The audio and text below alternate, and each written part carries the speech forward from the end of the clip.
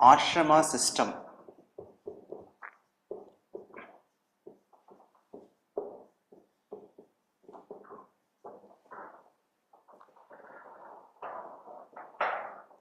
Ideally speaking, the life of a Hindu is divisible into 4 stages. Ideally means, but not always. Here in the life of a Hindu there will be 4 stages in Hinduism. These 4 stages are: one is brahmacharya ashram, second one is grihastha ashram, third one is vanaprastha ashram, and finally sannyasa ashram. Each stage is called one ashram. This fourfold division of the life of a Hindu is called as ashrama system. Ideally speaking, the life of a Hindu is divisible into 4 stages or ashramas. They are brahmacharya ashram, grihastha ashram, vanaprastha ashram, and sannyasa ashram. This fourfold division of the life of a Hindu is called as ashrama system. Here total there will be 4 ashramas or 4 stages in the life of a Hindu: brahmacharya,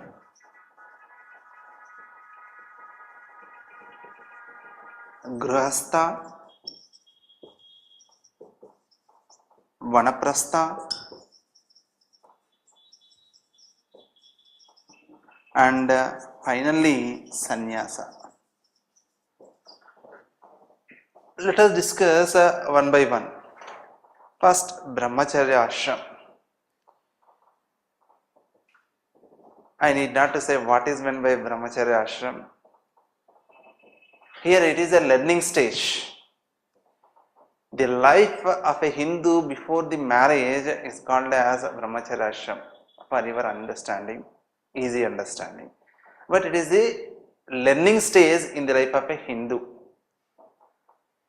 This stage begins with a ceremony in Hinduism in the life of each and every individual in general, with a ceremony by name Upanayana ceremony. It is a learning stage and it begins with a ceremony by name Upanayana ceremony.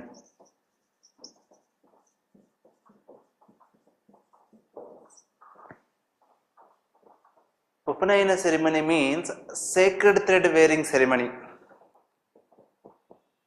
Here, before discussing this brahmacharya ashram in detail, let us discuss the varna system in Indian society, in the Asian Indian society. We will discuss briefly, only for your understanding. In the ancient Indian society, all the people are divided into 4 important categories. They are Brahmins, Vaishyas, and Kshatriyas. Brahmins, Kshatriyas, Vaishyas, and finally Shudras. Actually, Aryans came to India as conquerors and they defeated the native people. The native people were branded as the Shudras or Dasas, and the Aryans again were divided into 3 categories. They are Brahmins, Kshatriyas, Vaishyas. Here, out of these 4 categories, the first 3 categories were allowed to learn education, whereas the Dashas or Shudras were not at all allowed to learn education. Education is considered as a second birth because of education, enlightenment will be there. That's why that is considered as second birth. Entry into the school is considered as second birth. One is a physical birth, second one is entry into the education system is called as a second birth. That will be started with a sacred thread wearing ceremony. Even today also you can see all the people won't wear sacred thread. Only Brahmins, Kshatriyas and Vaishyas. All the remaining people are Shudras. Okay, forget about this. Here in the traditional Indian society, only the upper three categories were allowed to learn education. That's why Brahmins, Kshatriyas and Vaishyas were allowed to wear the sacred thread that will begin with a ceremony by name Upanayana ceremony or sacred thread wearing ceremony. Here in this stage, an individual will be trained by a guru in order to enable him to fulfill his duties in the later stages of the life. What are the responsibilities and how those responsibilities have to be fulfilled. Like that, every individual will be trained by a guru in this stage in order to enable him to perform his duties in the later stages of his life or in the later ashramas. Here, his sole concern is fulfillment of dharma. He is not at all concerned with attainment of ardha and kama. Total celibacy is prescribed until marriage. Celibacy means abstinence from sex. He has to lead a life of piety. Piety means a strict adherence to religious rules. And he must follow a very good discipline. And self-denial must be there. That means sacrifice for the sake of others. Like this, in this stage, he has to lead a life of discipline and he has to follow the path of dharma, and accumulation of wealth and gratification of kama are not at all required. Total celibacy is prescribed. After the completion, when the guru trains these students, when the guru certifies that the boy is now a man and is fit to enter the next stage, then the boy is expected to come back to their parental household. Then the parents will initiate him into the next stage, that is Grihastha stage, by another ceremony that is known as Vivah. And in the Grihastha stage, an individual will be initiated into this stage by a ceremony by name Vivah, and this stage is very, very important in the life of a Hindu. Why? Because the basic triology of dharma, artha and kama will be translated into action in this stage. We are going to earn money for what? For maintaining our family, for performing different varieties of pujas, yajnas and sacrifices, to impart education to the children, to help other members of the society. And at the same time, we are going to gratify our sexual desires, and we are going to produce children, and we are going to contribute to the perpetuation of the human race. But attainment of artha and kama is by following the path of dharma. That's why the three vargas are going to be translated into action in this stage. And at the same time, all the runas will be paid in this stage. We are going to pay Daiva Runa, we are going to pay the Pitra Runa, we are going to pay the Guru Runa, we are going to pay Atithi Runa. That's why in this stage, we are going to translate all the three vargas into action. We are going to pay all the runas. If you earn money and if you produce children by following the path of dharma, all your acts will be good acts. That means good actions. Whenever your actions are good, you are going to get good results. And whenever you are paying all the runas, that means your actions are going to be good actions. That means you are going to receive the best reward in the life, that is nothing but moksha, according to Hinduism. That's why even Manu, the ancient lawmaker, was of the opinion that this is the stage full of bliss and blessings. Lot of enjoyment will be there, and at the same time lot of blessings will be there. Because we are going to gratify our sexual desires, we are going to earn money. That's why it is the stage full of bliss and blessings. And the next stage is Vanaprastha. This is the preparatory stage for the final stage. Here a householder relinquishes his household duties and devotes most of the time to the religious pursuits. His links with the family will be weakened. Here even in our society also, generally our parents after fulfilling all their responsibilities, that means with the completion of marriages of all their children, their responsibilities will be decreased. They relinquish their household duties. They would like to pursue their time in religious pursuits. Similarly here also, here whenever all their responsibilities are fulfilled in the Grihastha stage, then they will enter into the preparatory stage, that is nothing but Vanaprastha stage. Here a householder relinquishes his household duties and most of the times he devotes his time to the religious pursuits. His links with the family are weakened, but they are not completely detached from the social life. Still they are the active members of the society, but their links with the family are weakened. And a Vanaprasthi, a person who is going through this stage is expected to go into the nearest forest where he can lead a life of meditation.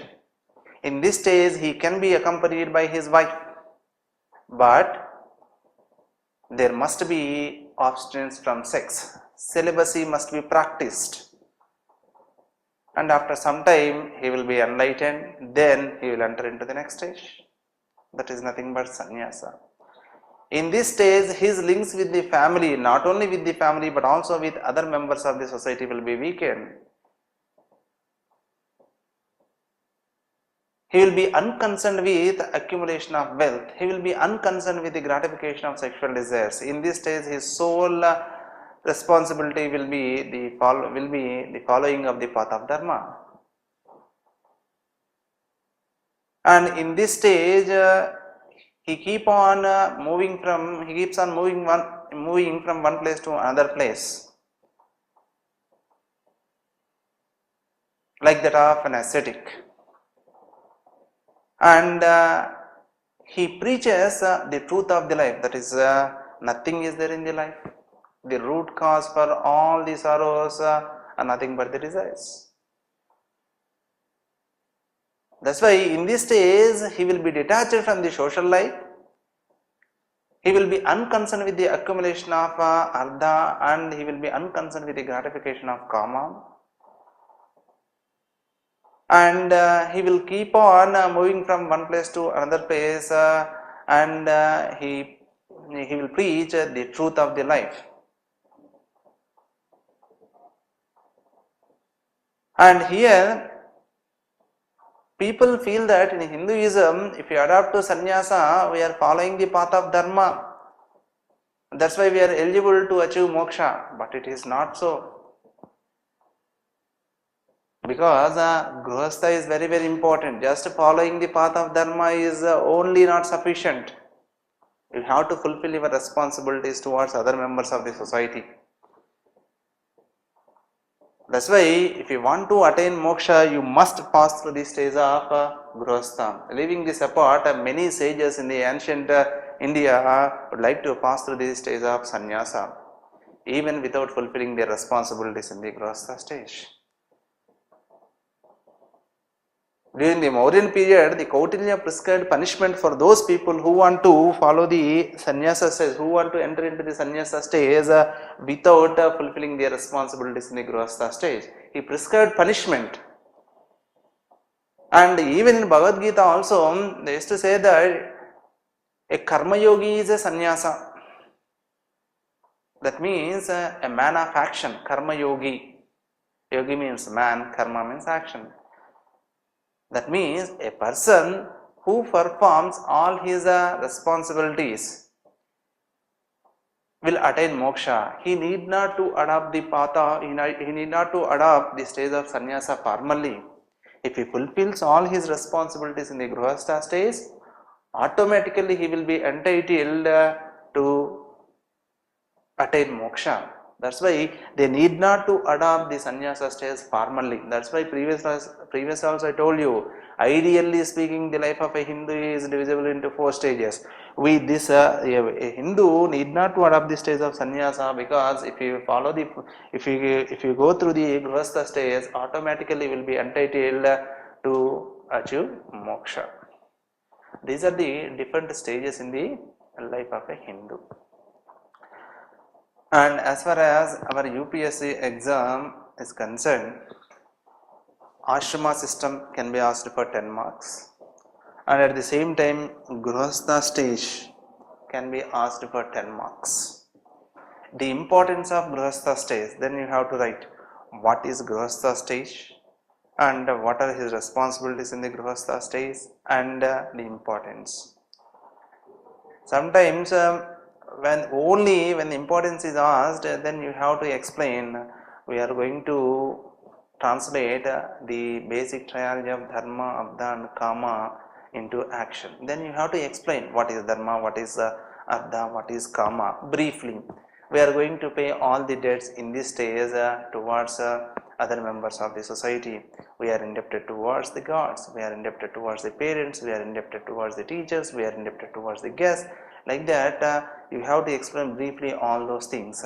What are the actions that are going to be undertaken in this stage, and what is the inference of different people. Manu was of the opinion that it is a stage full of bliss and blessings, and a karma yogi is a sannyasa. We need not adopt the path of the sannyasa in order to attain moksha, because a karma yogi is a sannyasa. That means if you go through the stage of grihastha, that will be sufficient to attain moksha. We need not to follow the path of sannyasa. Like that, questions can be asked in any manner. This is basically a theoretical question, but we must know in the life of a Hindu there will be 4 stages. These are the 4 stages, and what is the importance of those stages. Ashrama system can be asked for 10 marks, and the importance of grihastha ashrama can be asked for 10 marks.